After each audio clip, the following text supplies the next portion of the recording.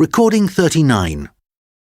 You will hear a telephone conversation between the organiser of a park run and a woman who wishes to take part in the run. First, you have some time to look at questions 1 to 6.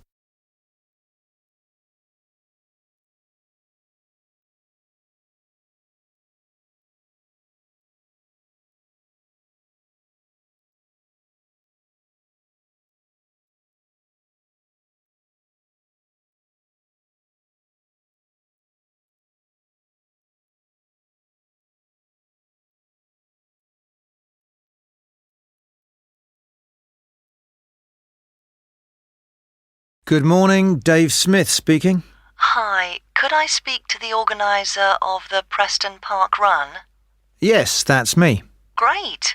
I was talking to some friends of mine about the run, and they suggested I contact you to get some more details. Sure. What would you like to know? Well, they said it takes place every Saturday. Is that right? Yes, it does. Okay, great. Do you know where the park is? Oh, yes, I've been there before, but it's quite big and I'm not sure where to go. Well, there's a circular track that goes right around the park. The run starts at the cafe, goes past the tennis courts, then twice around the lake and finishes back where it started. Okay, and what time is the run? Well, the actual run begins at 9 a.m, but the runners start arriving at about 8:45. Okay, so I need to get up early Saturday morning then. And how long is the run? Well, it used to be 3 kilometres, but most people wanted to do a bit more than that, so we lengthened it to 5 kilometres. We now go round the lake twice, and that adds an extra 2 kilometres. Right. Not sure I've ever run that far, so I'd better start doing a bit of training. That's a good idea. But it's not a race, it's really just for fun. And the best thing would be to take it easy the first few times you do it, and then see if you can gradually improve your time. Is the run timed then? How do I know how well I've done? When you cross the finish line, you'll be given a barcode, and you take this to one of the run volunteers who will scan it. Then you can get your time online when you go home. Oh, I see. You collect all the results. Exactly. I see. That's great. So, how do I register? Well, there are several ways.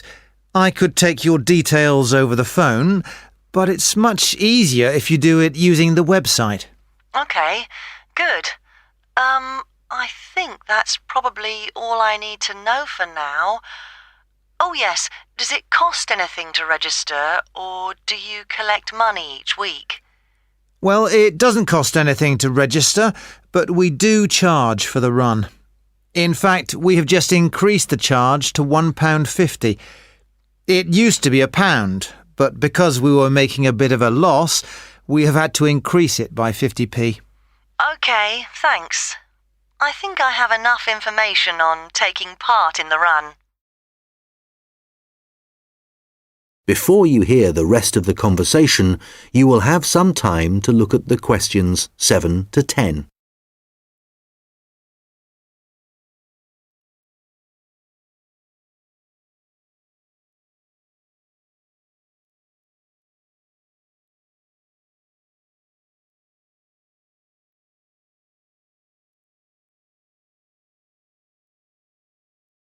Now listen and answer questions 7 to 10. You mentioned volunteers. I have a friend who is interested in helping out. Can you give me some details so I can pass them on to her? Sure. Well, you need to ask your friend to contact Pete Morn. He manages all the volunteers. Okay. I didn't quite catch his surname. Was it Morn? M-O-R-N? No, just a bit more complicated. It's M-A-U-G-H-A-N.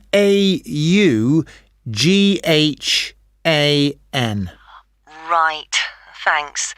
And could you give me his phone number? Yes, just a moment. It's here somewhere. Let me just find it. I've two numbers for him. I think the one that begins 01273 is an old one. So use this one. It's 01444 73290. Okay, got that. Can you tell me anything about the volunteering? Like what kind of activities it involves? Sure. Well, we need volunteers for basic stuff like setting up the course. We have to do that before all the runners arrive. Okay, so that's a really early start. Yes, that's right. But if your friend would prefer to arrive a bit later, she can also help with guiding the runners so they don't go the wrong way. I see. I believe you do a report on some of the races. Yes, that's right. In fact, we do a weekly report on each race, and we always try to illustrate it. Okay. Well, my friend really likes taking photographs. She's just bought a new camera.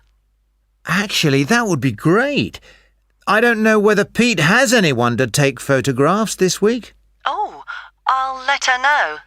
OK, good. Could you ask your friend to phone Pete and let him know? Yes, I will. OK, thanks. Goodbye. Goodbye. That is the end of section 1. You now have half a minute to check your answers.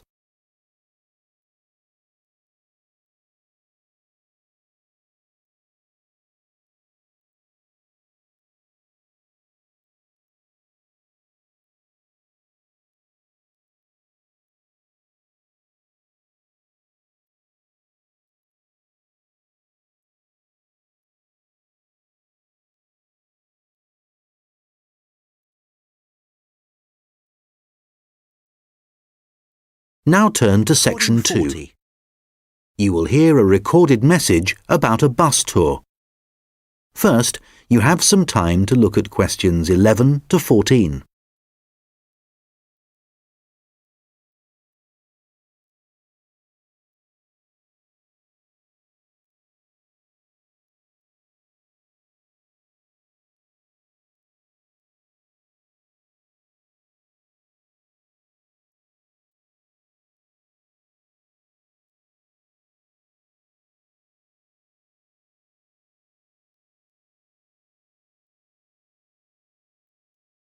Thank you for calling the phone line for the Pacton-on-Sea bus tour.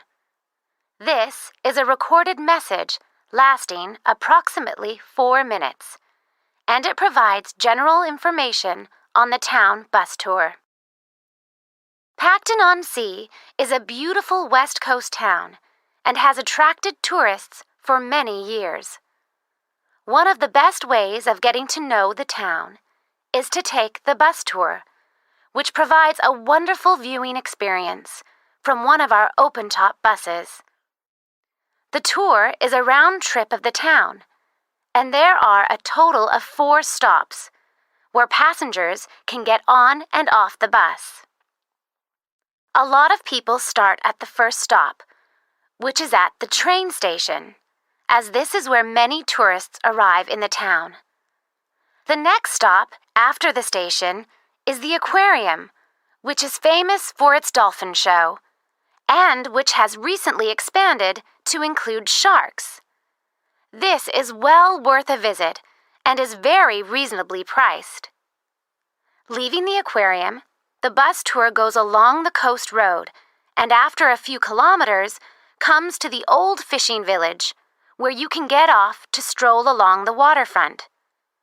There are some original buildings here, but most of the area has been modernized and is now used as a harbor for all kinds of sea craft, including yachts and some amazing powerboats. The tour then heads off to the last stop, and this is where most of the shops are. So for those of you keen to do a bit of shopping, this is the place for you. Our advice is to go to this part of the town in the morning when it is relatively quiet. It does get very busy in the afternoons, especially at the height of the season. This area of the town includes an ancient water fountain where many people like to have their photograph taken, so do look out for this. Before you hear the rest of the conversation, you will have some time to look at the questions 15 to 20.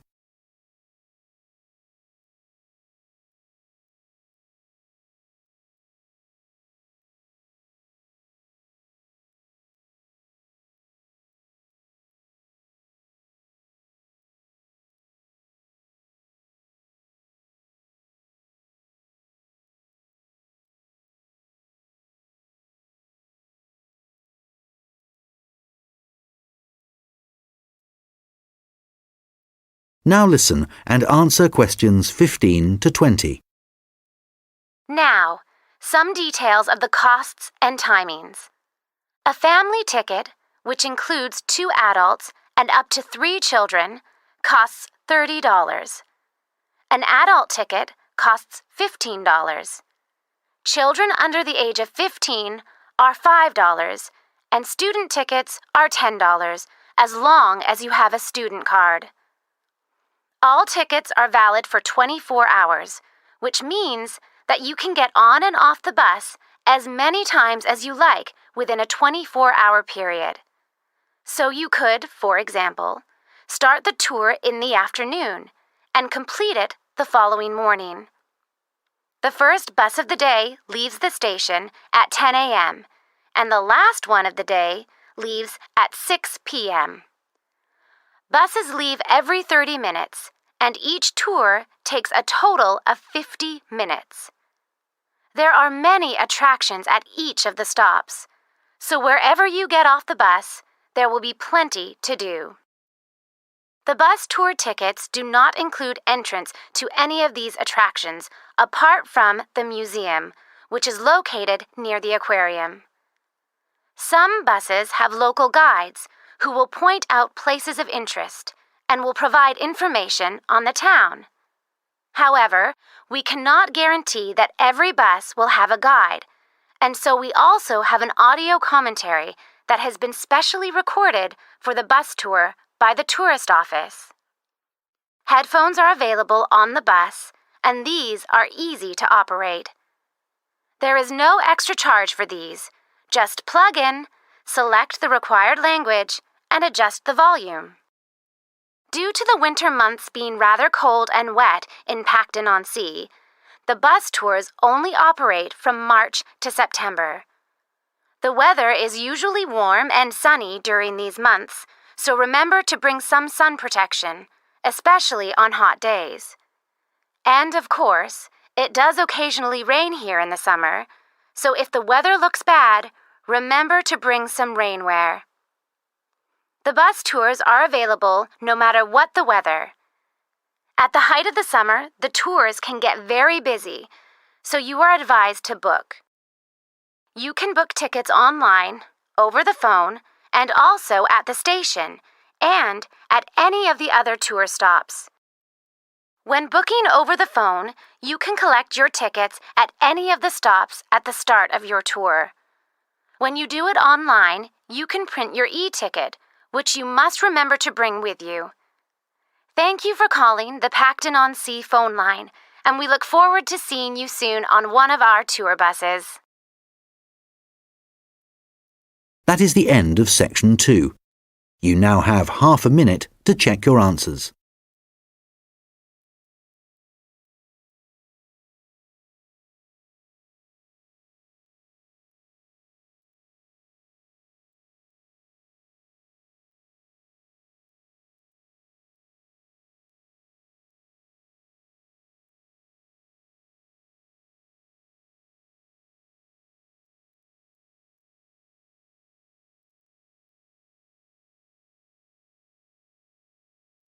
Now turn to section 3.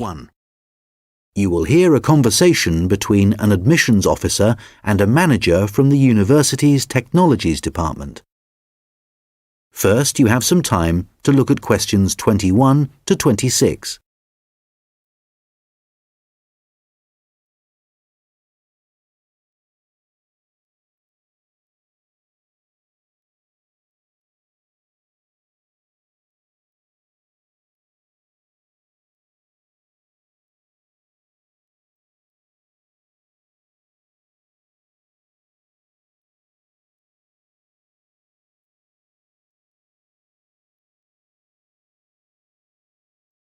Hello, I'm Randy Agotra from the Technologies Department. Ah, yes, good. I'm Dave Hadley. Thanks for coming to see me. That's okay. I believe you want us to do some work for you. Yes, that's right. I'm responsible for student admissions to the college, and I use a computer system to help process student enrolments and to do the timetabling. But it really doesn't suit the way we work these days. It's over 10 years old, and although it was fine when it was first introduced, it's just not good enough now. Okay, what problems are you experiencing? Well, 20 years ago, the college was quite small, and we didn't have the numbers of students or tutors that we have now. So the system can't handle the increasing volumes? Well, there's a lot more data now, and it sometimes seems the system has crashed, but in fact, it just takes ages to go from one screen to the next. Right. Is that the only problem? Well, that's the main one, but there are others. In the past, doing the timetabling was quite simple, but now we have a lot more courses, and what's made it complicated is that many of them have options. Right, but the system should allow you to include those. Well, no, it doesn't. It was supposed to, and a few years ago we did ask someone from the Technologies Department to fix it, but they never seemed to have the time. Are there any other issues with the system? Well, I've been given extra responsibilities, and so I have even less time to do the timetabling. If there was anything you could do, Randir, to make the process more efficient, that would be really helpful. Well, it sounds like you could do with an assistant, but that's obviously not possible. So what about having an online system that students can use to do their scheduling? How would that work? Well, it may mean less choice for students, but we could create a fixed schedule of all the courses and options, and they could then view what was available. And work it out for themselves. That sounds great. OK, so we'll need to decide whether or not to improve the existing system or to build a completely new system. Well, I'd much prefer to have a new system. Quite frankly, I've had enough of the old one. OK, that'll probably take longer, although it may save you money in the long run. When were you hoping to have this in place? Well, it's January now, and the new intake of students will be in September. We need to start processing admissions in the next few weeks, really. Well, it will take more than a few weeks, I'm afraid. As an initial estimate, I think we'll be looking at April or May to improve the existing system, but for a new system, it would take at least 9 months. That would be October at the earliest.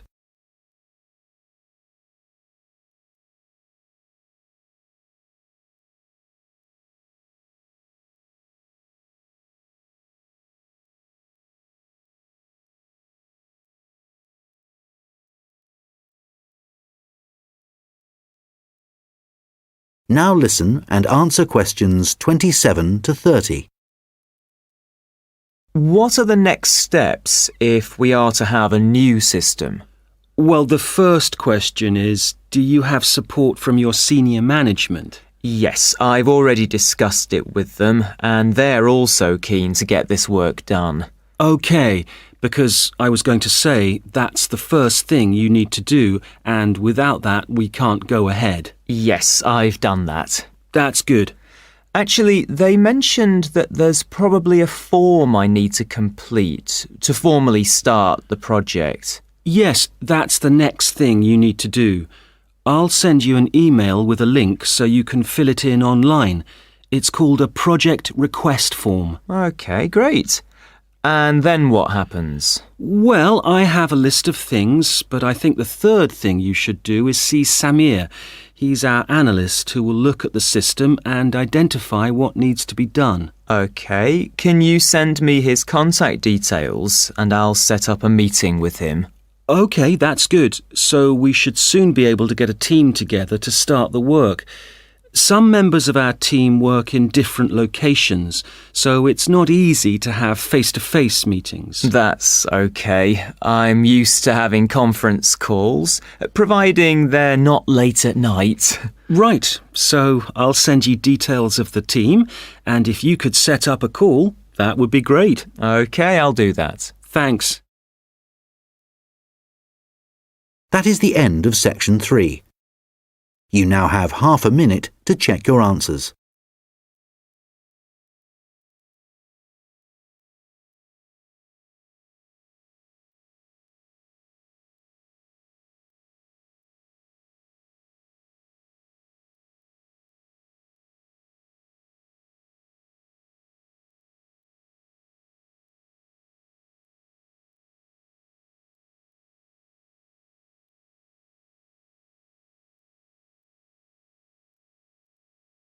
Now turn to section 4.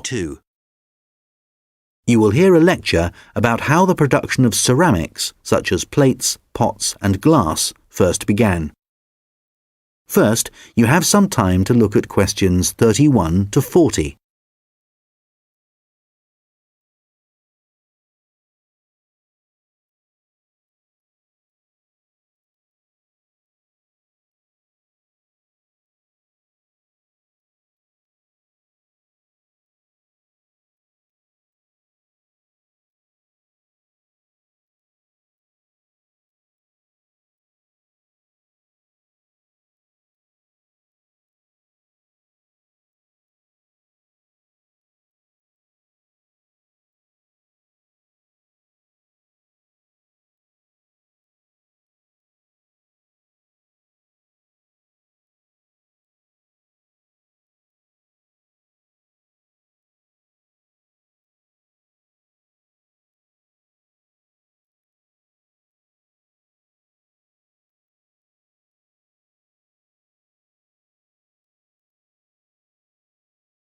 Now listen carefully and answer questions 31 to 40.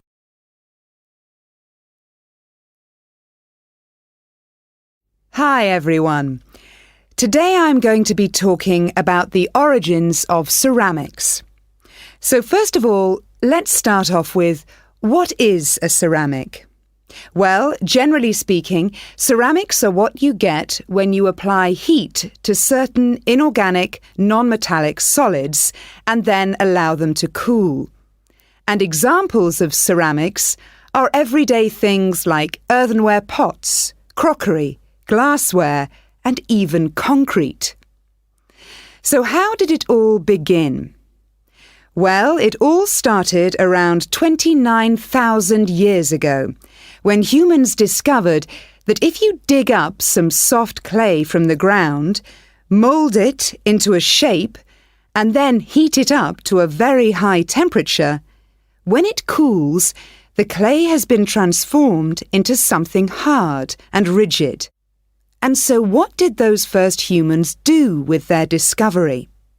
Well, they created figurines, which were small statues and which depicted animals or gods or any shape that the clay could be moulded into.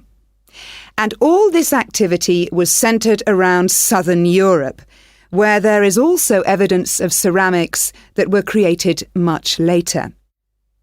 The early humans also found a practical use for their discovery, such as storing things like grain, although there were drawbacks. The pots were porous, so that although they could carry water in them, it wasn't possible to store it over a long period. And also they were quite brittle and shattered very easily if they were dropped. But despite these problems, it was many thousands of years before there were any improvements. In China, at around 200 BC, they discovered that by adding minerals to the clay, they could improve both the appearance and the strength of the ceramics. But it took nearly 1,000 years before they perfected the process to produce high-quality ceramics known as porcelain. And once they had perfected the process, they kept it a secret for another 1,000 years.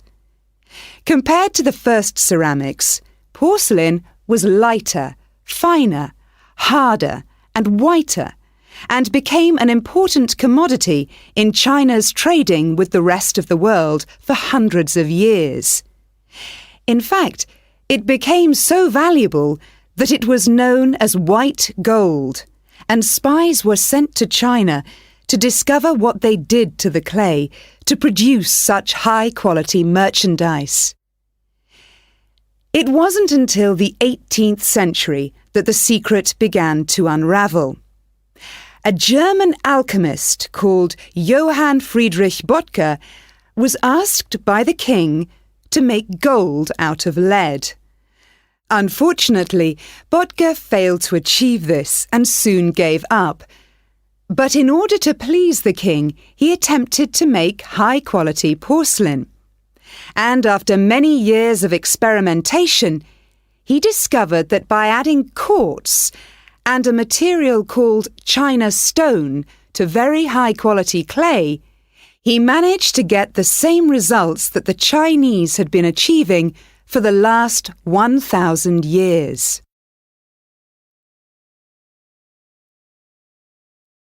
We'll now look at another ceramic which is made from mixing sand with minerals and heating to over 600 degrees Celsius. When this mixture cools, the result is, of course, glass. The main difference between ceramics made from clay and glass is that clay is made up of crystalline plates which become locked together in the cooling process, whereas glass cools too quickly for crystals to form. Apart from that, the process of heating up naturally occurring materials to transform them is the same. The origins of glass date back to 3,500 BC, but it wasn't until the Roman Empire, 2,000 years ago, that the art of glass blowing and the practical uses of glass became more widespread. One of the more innovative uses was to use it in windows, as up until then they had just been holes in walls. It must have been very drafty in those days. The Romans were also responsible for inventing concrete, and although the origins are uncertain, experts think that this is largely due to the high level of volcanic activity in the area. The Romans observed that when volcanic ash mixes with water and then cools, it gets extremely hard and almost impossible to break up. The chemical reaction that follows is very complex and continues for many years, and the concrete just keeps getting harder. Evidence of this are the numerous Roman remains that are still standing, many of which are almost completely intact. One of the most important facts about concrete for the Romans was that it can be created underwater.